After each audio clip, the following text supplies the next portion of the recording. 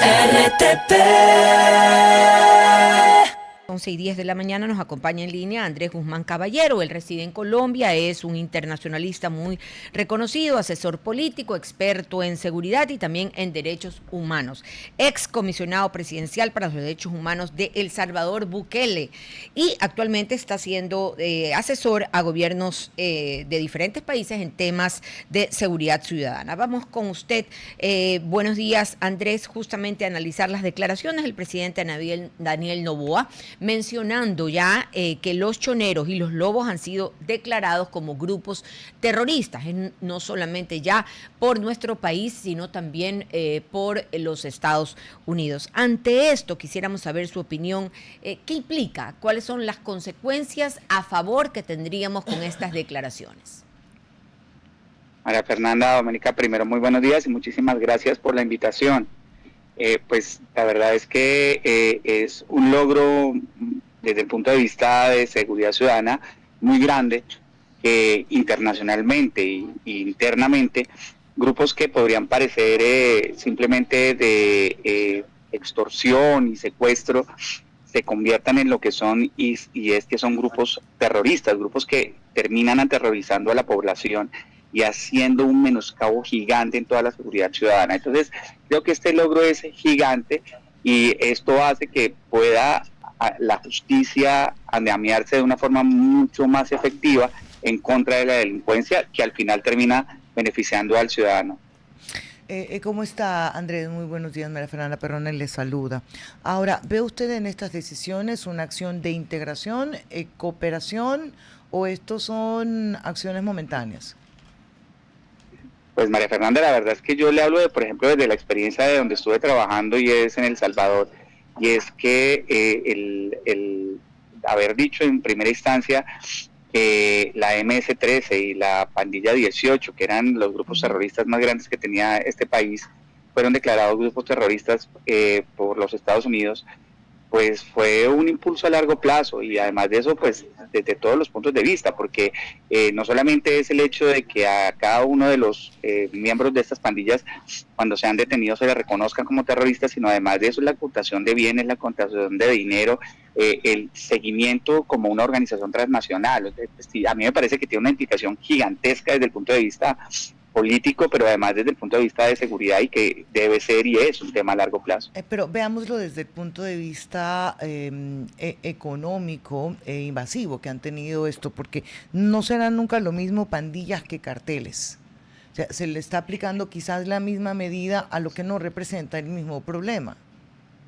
Pues es que mire que la diferencia entre las pandillas y los carteles es que son los fines. Las pandillas normalmente son organizaciones que tienen un orden jerárquico, pero la organización como tal tiene una filialidad entre ellos distinta o adicional a los fines económicos, que es lo que normalmente buscan los carteles. Al final, créame que ser terrorista pues es una implicación más que no tiene que ver con la organización criminal y su forma de delinquir, si es narcotraficante, si el tema es de seguridad ciudadana y ataca a la población civil, si son extorsionistas, sino que lo eleva a un punto mucho más alto y es decirles, oiga, usted aunque haga esto o haga esto, se convirtió en un terrorista, aterroriza a la población, que ya son delitos de lesa humanidad, son delitos mucho más grandes y que son delitos que se vuelven transversales y que no solamente nos interesan a nosotros como sociedad de Ecuador, sino a todo el mundo. Y justamente porque nos interesa a todo el mundo, ¿no le parece que estos acuerdos o estos actos de cooperación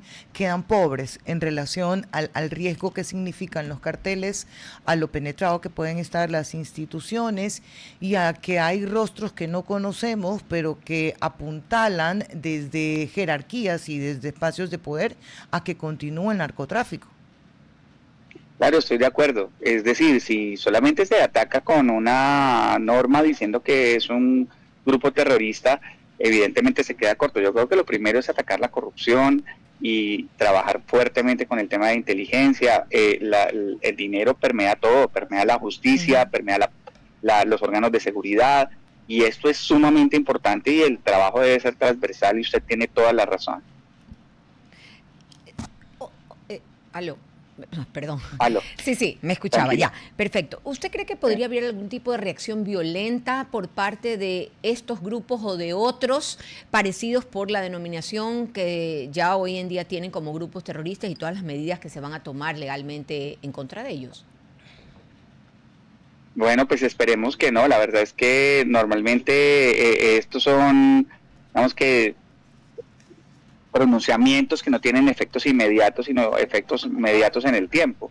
Entonces, pues, la verdad no, pues no es una orden de extradición, ni hay ningún tipo de seguimiento inmediato que pueda yo querer que pueda tener una repercusión inmediata, ¿no? Pues digamos que es mi Claro. punto de vista, digamos, objetivo, ¿no? De cómo funcionan las bandas criminales. Andrés, ¿y qué impactos en la política podrían haber? Por ejemplo, cambios en la política de seguridad, en la justicia, luego de esta denominación. ¿Qué podríamos esperar como país?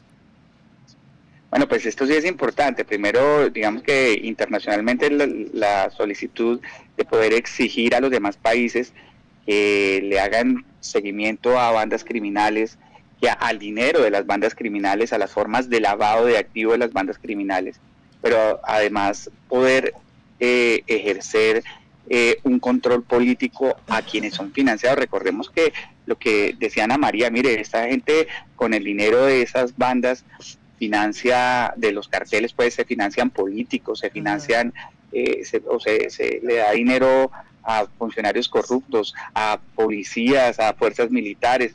Todo esto debe ser visto en andamiaje y como un todo en el mundo. Entonces, claro, si una persona, por ejemplo, un policía recibió dinero y se quiere ir a asilar a un país que esté aliado en contra del terrorismo, pues deberá ser expulsado. Eso tiene unas consecuencias políticas bien importantes. Claro, es que por eso le insistía yo en la diferencia entre tener una integración incluso legal, decir esto le vamos a aplicar a todos los países en la lucha contra el narcotráfico, a otra una cooperación. Ahora, ¿qué nivel de optimismo deberíamos tener los ecuatorianos? Estamos agobiados por esto. Si un poco vemos la realidad de Colombia, que continúa el incremento de la producción de coca, si vemos en México la fuerza que siguen cogiendo estos carteles, a pesar de haberse declarado en lucha permanente y a pesar de tener la ayuda económica y también técnica de Estados Unidos. Yo le digo que lo primero es la voluntad política y yo veo que Ecuador tiene una gran voluntad política. Sin embargo, hay decisiones bien complicadas que hay que tomar. Yo le voy a decir una, para darle un ejemplo, el tema carcelario.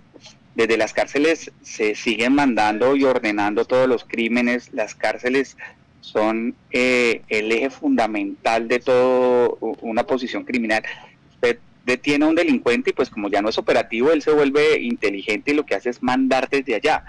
Y además de eso, pues se ha convertido en cúmulos de poder gigantes. Entonces, trabajar en el tema carcelario a fondo, bloquear el arma más poderosa que tienen las personas que están privadas de libertad y que son delincuentes, son las comunicaciones, tener bloqueos efectivos. Eso, créame que es un buen punto y un punto importante en el que hay que trabajar. Además de eso, pues en todos los temas de corrupción, que no solamente la corrupción a nivel político. Cuando uno habla de corrupción, todo el mundo piensa en los políticos, sí, pero no. La justicia corrupta le hace un daño gigante a la sociedad. La policía corrupta le hace un daño gigante a la sociedad. Eso es un trabajo de inteligencia y contrainteligencia en el que hay que a trabajar mucho más fuerte, que hay que llegar mucho más a fondo. Andrés, agradecerle por haber estado con nosotros. Que tenga un buen día. RTP